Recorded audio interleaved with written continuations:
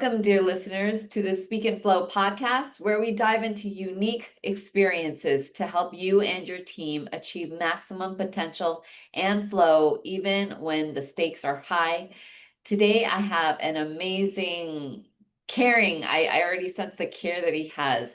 His name is, and also successful leader. He's a senior product manager at Balsam Brands. His name is Nick Bourland. Hi, Nick. Welcome.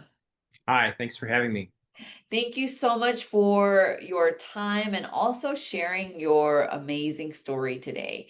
And before we dive in, can you share with the audience what are you so excited about at Borland or Balsam Brands?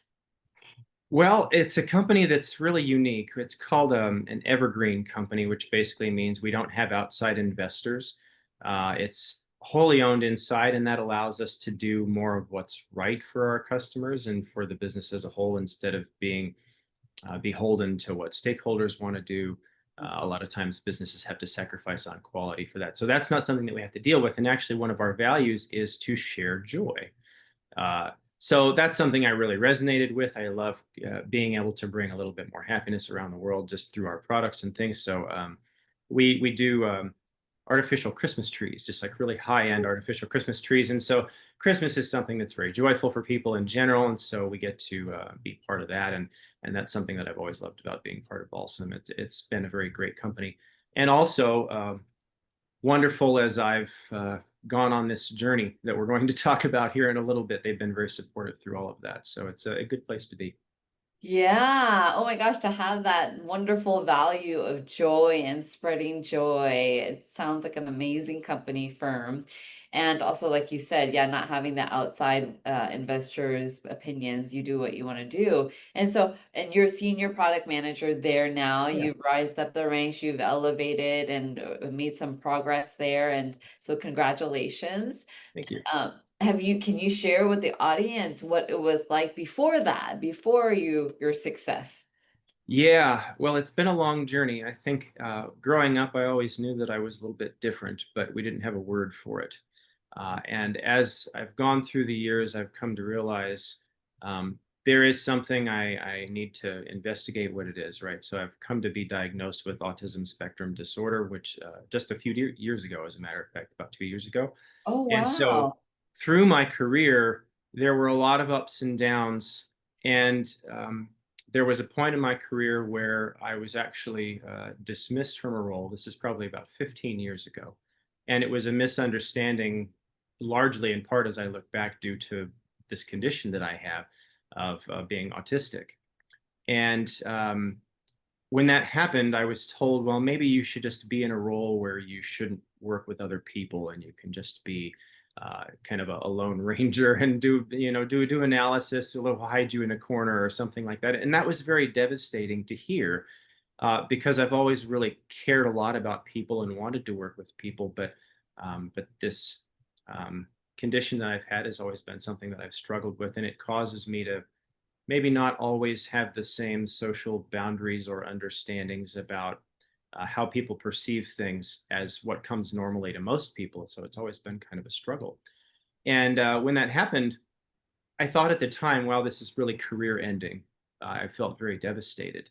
Um, but um, I battled back from that and then got into another role at a company I was with for about 6 years. And then even a similar thing happened. I'd been there So for, what, uh-huh, yeah, go because ahead. can you describe to me what was happening? What was your experiencing and what was the feedback? What would you try to do and what was the feedback that you were getting? Yeah, well, it's just when you are autistic, things sound right in your head, Uh-huh. but when you say them, they're not always perceived in the way that you had intended. And so sometimes I will say something and then realize, I don't know, 5 minutes to an hour later, like, gosh, why did I say that? Uh-huh. Because you realize later it just doesn't come off entirely right. And so I've had to really learn how to, I mean, I guess in the autistic community, we call it masking, uh, Uh-huh. trying to reorient our thoughts or the way that we come across in ways that are more normal, I guess, for people. And that's been a bit of a journey. I think I've always really, really cared a lot about people. And so that was one of my main driving forces in wanting to be better, is that I would recognize, oh gosh, I've offended somebody really inadvertently and made them feel bad. And then I'd go off and feel horrible about it Mm, and beat myself up about it. And then realize later, okay, this is not something that I'm going to allow to rule my life. So I have to figure out how to stop doing it, how to be better. And so that's been, I mean, even to this day, it's like a 15-year journey of when I realized this was something that was going on to where I am now. mhm, Um, and it's through a lot of therapy and just introspection and learning. And also, I think a big part of it has been my personal faith has allowed me to equalize. I think as somebody who is autistic, the natural way our brain thinks is you tend to be very self-focused. And it's not because you don't care about people, it's just you get in your head a lot. mm, And that can be perceived in negative ways if you're not careful. And that happened to me a lot. But through this journey, the great equalizer has been my faith, which calls me to care more about other people. And there's a quote that I love about humility. It says, humility is not thinking less of yourself, it's thinking of yourself less, mhm, meaning less frequently and thinking about others more frequently. And so that's been something that over the years has really helped me even out mhm, and has been my North Star. mhm. So through that process of many, many years, like the first time that I became a manager was when I was working for Oakley. Gosh, this is 15 years ago or something now. And I crashed and burned. It's terrible. I was not good as a supervisor at all. And it was because I was still learning how to be. And you And still didn't, you were not diagnosed at that point. no, I wasn't. So I Wow. really had no idea. You I had just no idea. people would just think, oh well, that's just Nick. He's kind of weird. Wow. And that was hard. And so this Uh-huh. happened again, and I just really didn't do a good job as a manager the first time around. And after that happened there again, I thought, wow, this is going to be really career ending. And it wasn't. But at the time, that's how we feel. We think, oh gosh, Yeah. I failed. How can I ever recover from something like this? This is the And second time too. second time, This is gonna second be time. so hard. And Yeah. it's been very bumpy. And like I have other friends who are autistic too, and they've shared similar experiences with me. It's especially in a corporate environment, everything is supposed to be, very, you have to be very prim and proper. It's Right. getting better now, but there's a lot of etiquette and unspoken things that you have to adhere to. And a lot of people tend to get really offended about really small things, but they don't necessarily tell you that they've been offended. They go and tell your boss, or they tell someone else, and then it becomes this big thing. And that's exactly what happened. It was something that was taken way out of context, and I wasn't given the opportunity to give my side. Uh-huh. It was just, oh well, this is not acceptable, so you're out. And I'm like, okay. Uh, and so again, I thought, wow, this is really devastating. How am I ever going to come back from this? But fast forward to more recently, as I've gone through the years, and I've had a wonderful counselor who's helped me do something called EMDR. I don't know if you're familiar with this, but it's Familiar. I'm yeah, familiar. it was originally pioneered for PTSD victims, but has been found to be useful for any type of trauma. And I think we all have trauma in our past. I certainly do, which I won't go into here. But through that, my therapy has really helped me to find, I guess, redefine my neural pathways so that when my brain wants to go down a certain route and overthink things, which is also a hallmark of my condition, then I can rein it back in and stop the negative narrative. I think that's been a really big thing for me. Is the brain tends to skew very negatively. I think a lot of us do that. We think, Mhm. well, even if you did 99% of the things right, you fixate on the 1% of the thing that you did wrong, and you beat yourself up about it. That's definitely been me. And so the therapy has really helped me to even that out and focus on, look at all the positive things that I did. And so Mhm. that's been very transformative over the last 15 years or so. And then come to in the last 2 years, I guess, is when I finally got diagnosed and had Wow. a name for it. What prompted you? Well, it's funny. So I had been at Balsam for, I don't know, just a couple months. Uh-huh. And again, something that happened in a meeting was taken out of context, and it was brought to me. And this is why I really love the company, because instead of just doing the same thing that had been done before and saying, "Oh well, Nick's just a jerk or he's weird or whatever," they brought this to me and said, "Have you ever thought about this? Being diagnosed?" Because Really? one of my, we call them people partners. It's just human resources, but they call them people Uh-huh. partners at Uh-huh. Balsam. My people partner had come to me and said, this sounds like this to me. Have you Uh-huh. ever taken a test or been diagnosed? I said, no, I haven't. And Uh-huh. so she shared kind of an unofficial test with me that Uh-huh. I took online. And basically, it said there's a high probability that you are neurodivergent. And so I said, okay, that actually makes a lot of sense. So then I asked my therapist, is this something you can help me with? Can you give Uh-huh. me an official diagnosis? And so he did. And so after that, come to find out that folks who are like me, being on the autism spectrum, as we call it, are actually protected under the Americans with Disabilities Act. And so Balsam was really wonderful, and they shared that information with me. Um, and I think that they did a couple things. They gave me some professional coaching just to help me navigate all of that. But I think more than that, it was just being validated to know, like, everybody else in the past had just said, "Oh, you're just weird, you're strange, you're abnormal," and just dismissed me as that. But they didn't do that. They really tried to validate me and recognize that this is a legitimate, unique thing that people have, and that did not invalidate my contributions to the company. So Wow. it's been a bit of a bumpy ride, but but through it all, I think what I've learned is that people are going to tell us, you will never succeed in this. You'll never be able to be a manager of people. Maybe you should just go hide, like I said before. These are things that I was told.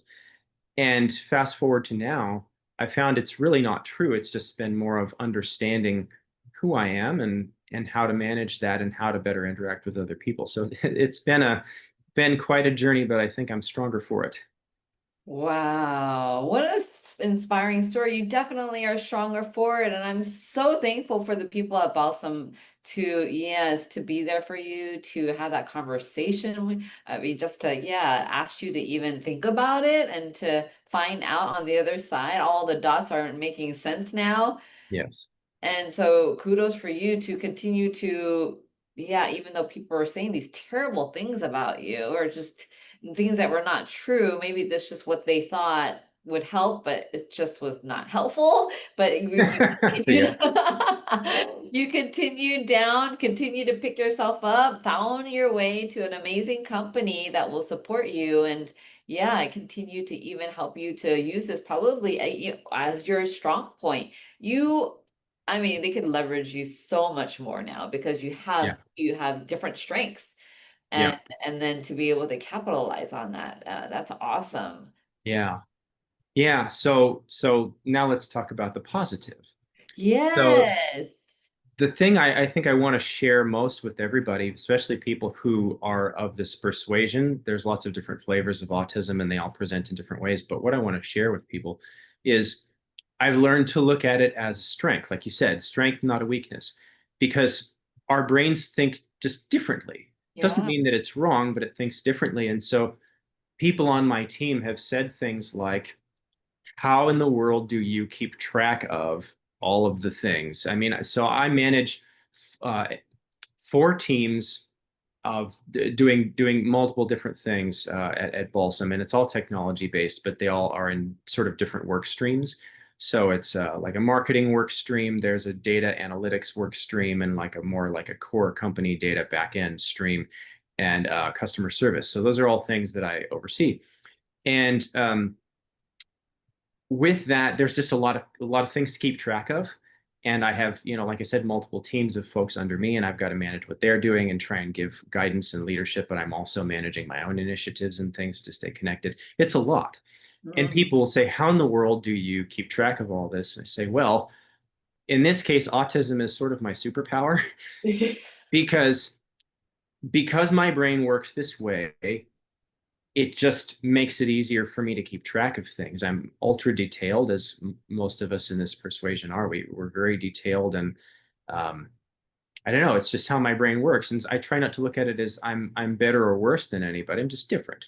Yeah. And so, what I try to do as a leader is recognize those same things in people on my team. Yeah. And actually, one of the guys that was on my team before, he, I'm 99% sure he's also of this persuasion. And I Yeah. encouraged him to also get diagnosed because I had learned this about myself. And he's Hmm. very similar. And so I tried to get him into a work stream that would allow him to leverage that strength as well. And now he's just doing fantastic things. It's a super detail oriented role, but also requires him to take an active lead, Uh-huh. and he's just doing a fantastic job.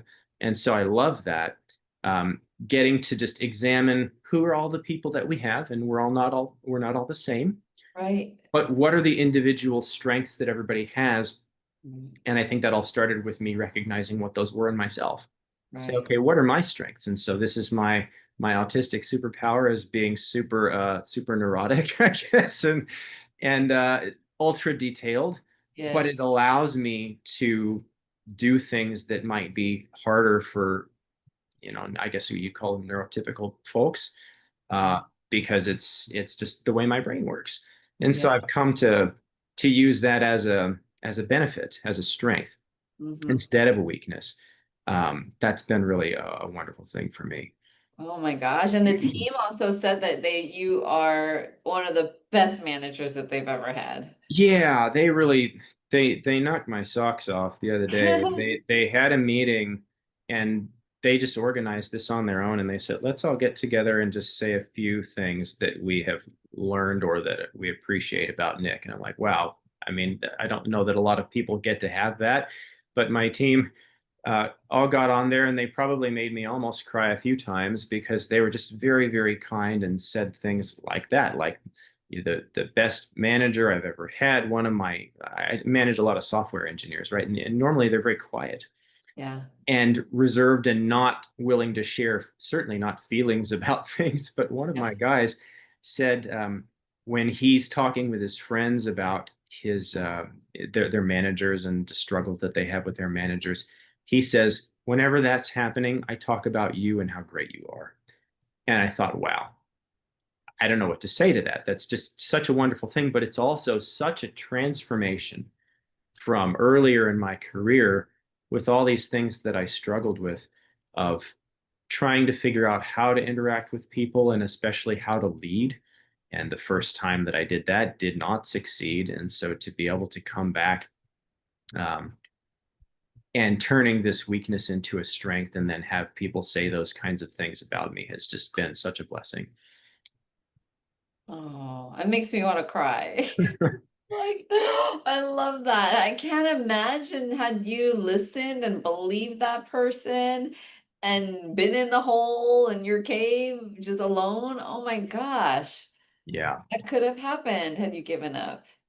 Yeah. Well, and I've heard lots of stories too of other people that had similar things like that happen. When people are a bit different, they think differently Yeah. about things. People don't usually accept it immediately. They think, oh, well, that can't be done. It's never been done before. This is always the way it's been done.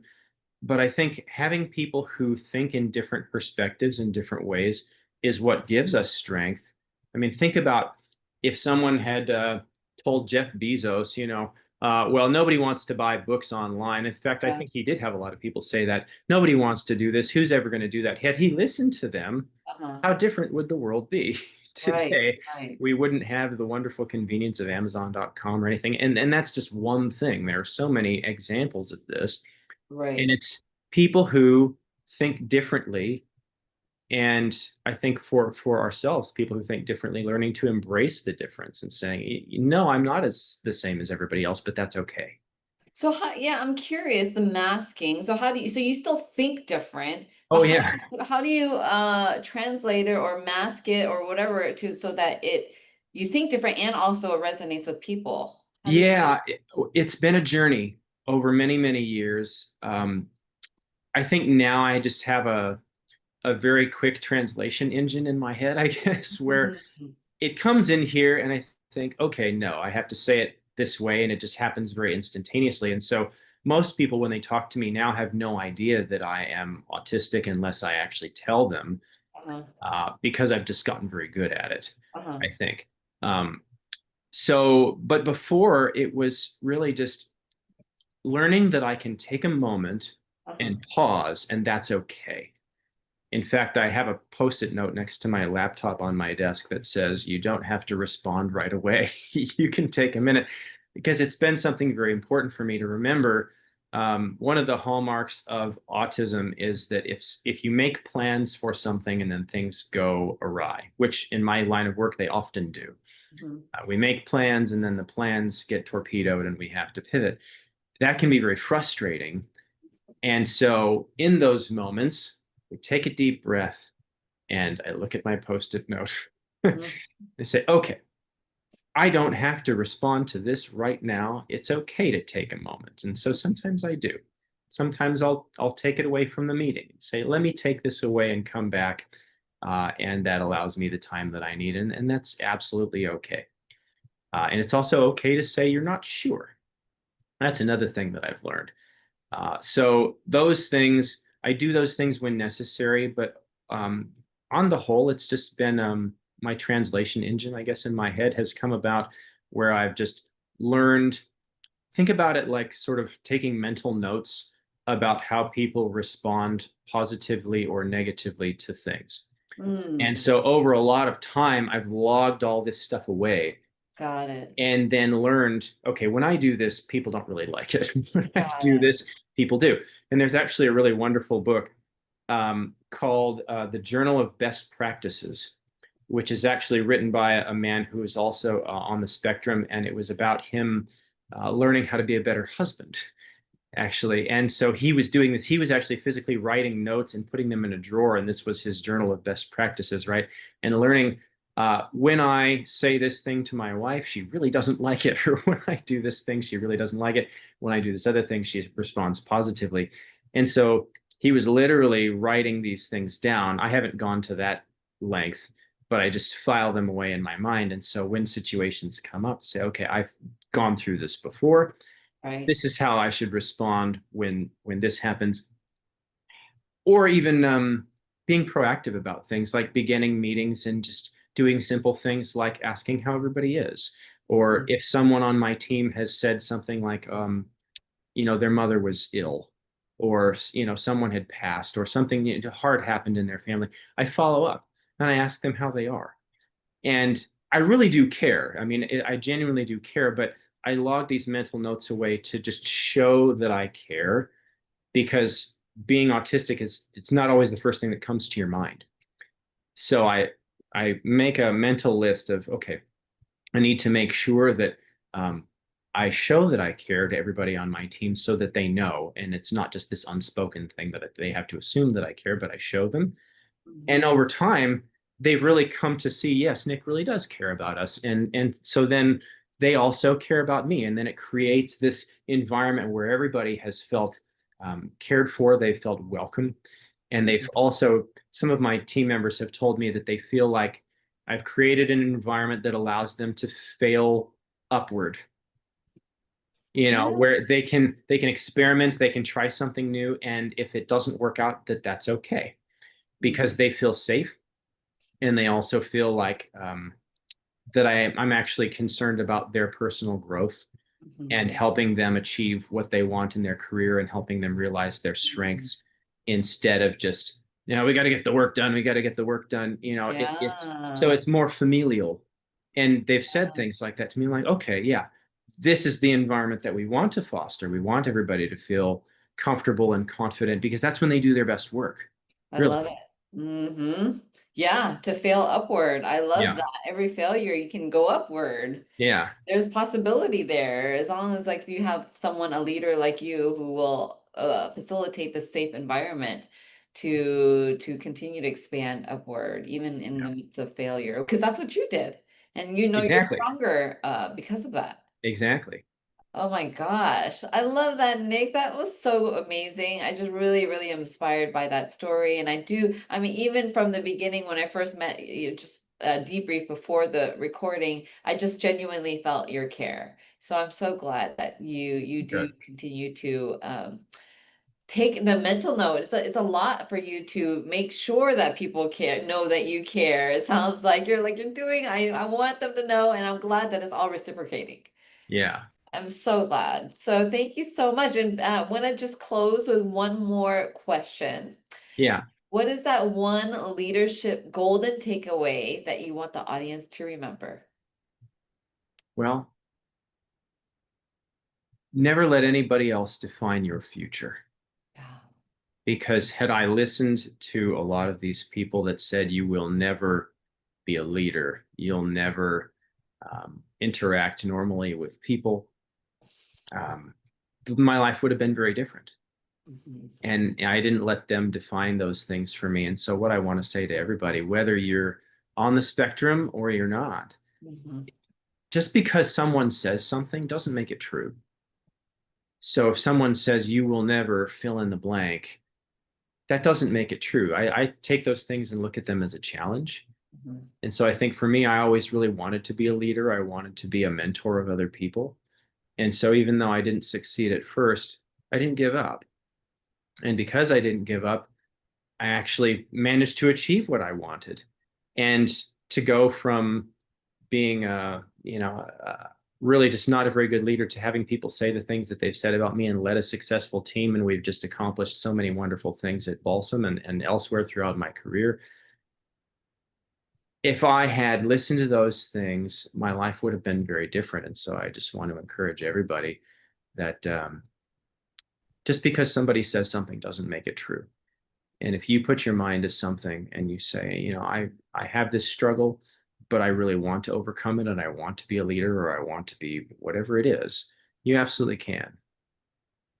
Oh, Nick, I am inspired because sometimes as a business entrepreneur, I'm constantly putting messaging out there and I'm thinking about what are people going to think?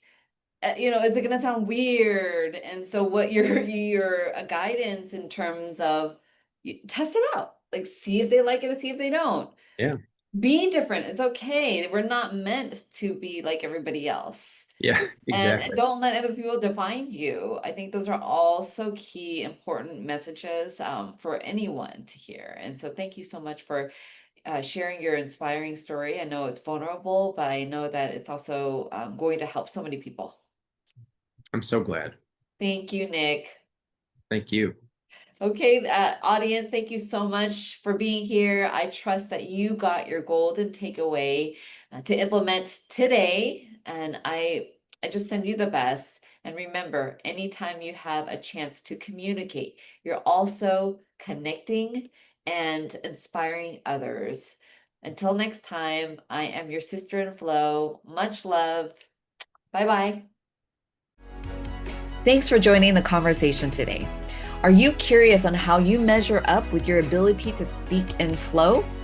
Come grab my free self-assessment at https://speakinflow.com/assessment. And I'll see you on the other side.